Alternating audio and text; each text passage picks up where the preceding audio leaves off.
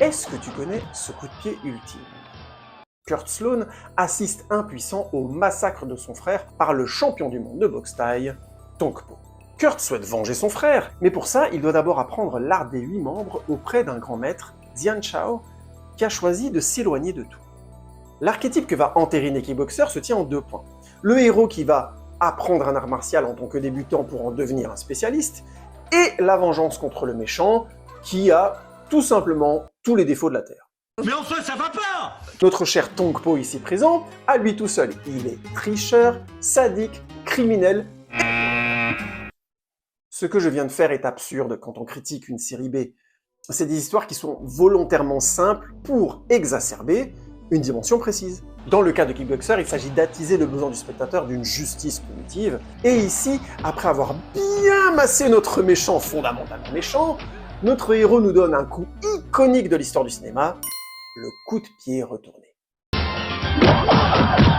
Geste d'autant plus spectaculaire et donc cinématographique qu'il est rare de le voir en vraie compétition de combat.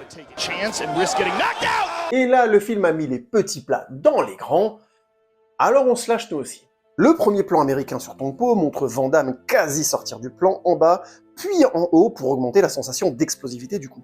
Le deuxième plan est moyen, deux côtés des deux combattants, mais triche en mettant Tong Po à hauteur de cuisse, en valeur de plan américain, afin que Van Damme soit quasiment corps en entier face à lui pour faire son demi-tour et dévoiler l'amplitude de la vrille que son corps effectue. Le plan suivant remontre le demi-tour, mais en plan d'ensemble, dans le dos de Tong Po, avec la même valeur de plan que le plan précédent.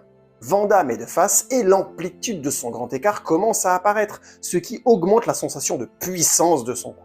Le plan suivant se resserre dans le dos du héros pour l'agrandir dans le plan.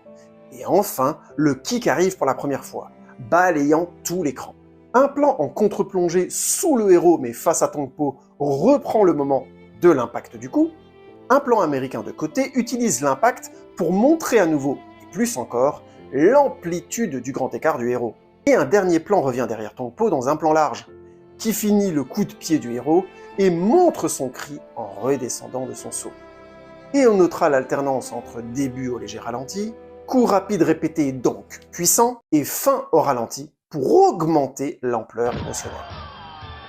C'est du grand artisanat.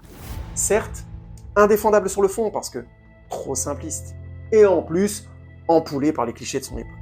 Mais absolument jouissif dans sa forme.